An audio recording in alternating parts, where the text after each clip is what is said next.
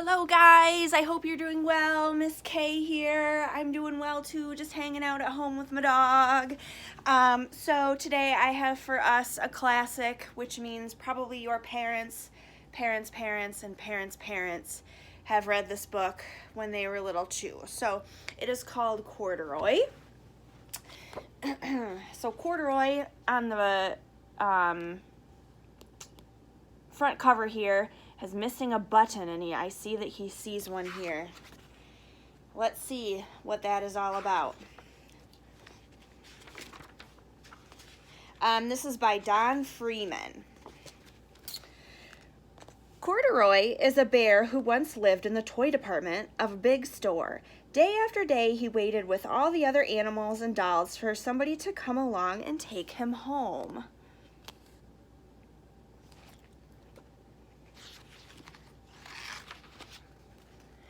The store was always filled with shoppers buying all sorts of things, but no one ever seemed to want a small bear in green overalls.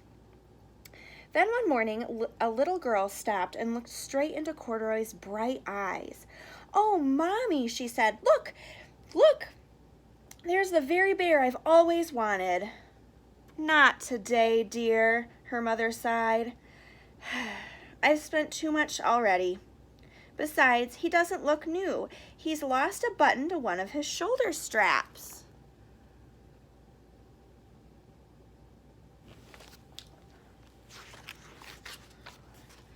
Corduroy watched them sadly as they walked away. "I didn't know I'd lost a button," he said to himself. "Tonight I'll go and see if I can find it."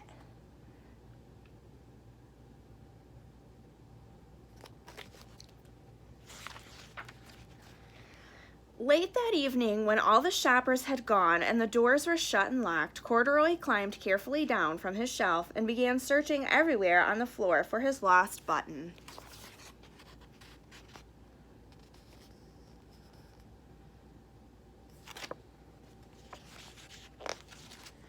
Suddenly, he felt the floor moving under him. Quite by accident, he had stepped onto an escalator, and up he went. Could this be a mountain, he wondered? I think I've always wanted to climb a mountain.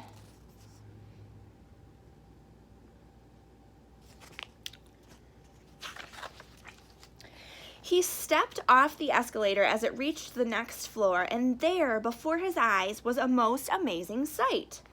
Tables and chairs and lamps and sofas, and rows of beds.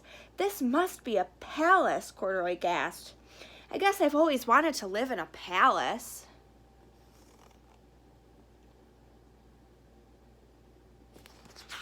It's like a furniture store above on the second floor. He wandered around admiring the furniture. "There must be a bed," he said. "I've always wanted to sleep in a bed." And up he crawled onto a very large, thick mattress. All at once he saw something small and round. "Why, here's my button," he cried, and he tried to pick it up, but like all the other buttons on the mattress, it was tied down tight.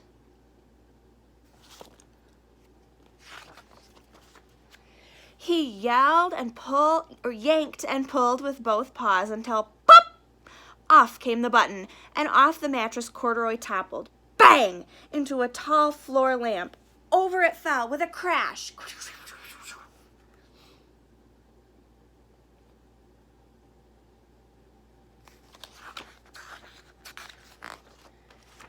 Corduroy didn't know it, but there was someone else awake in the store.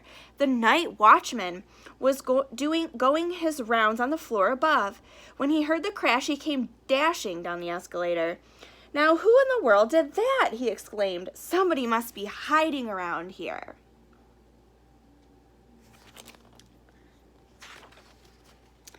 He flashed his light under and over sofas and beds until he came to the biggest bed of all, and there he saw two fuzzy brown ears sticking up from under the cover. "Hello," he said. "How did you get upstairs?" Here's Corduroy's little ears.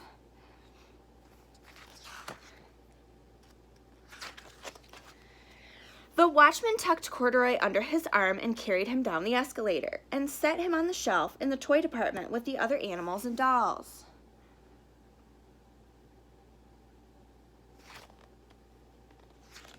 He's a little sad, I think. Corduroy was just waking up when the first customers came into the store in the morning, and there, looking at him with a wide, warm smile, was the same little girl he had seen only the day before. "I'm Lisa," she said, "and you're going to be my very own bear. Last night I counted what I've saved in my piggy bank, and my mother said I could bring you home."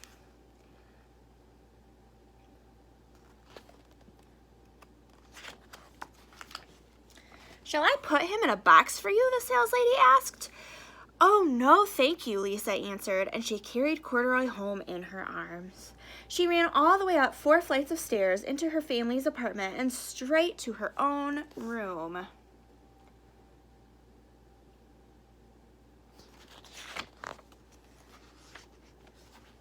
Corduroy blinked. There was a chair and a chest of drawers, and alongside a girl-sized bed stood a little bed just the right size for him. The room was small, nothing like that enormous palace in the department store.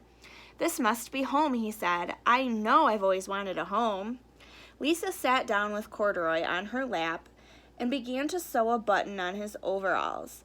"I like you the way you are," she said, "but you'll be more comfortable with your shoulder strap fastened."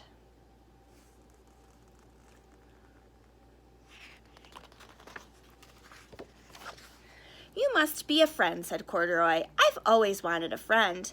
"Me too," said Lisa, and gave him a big hug.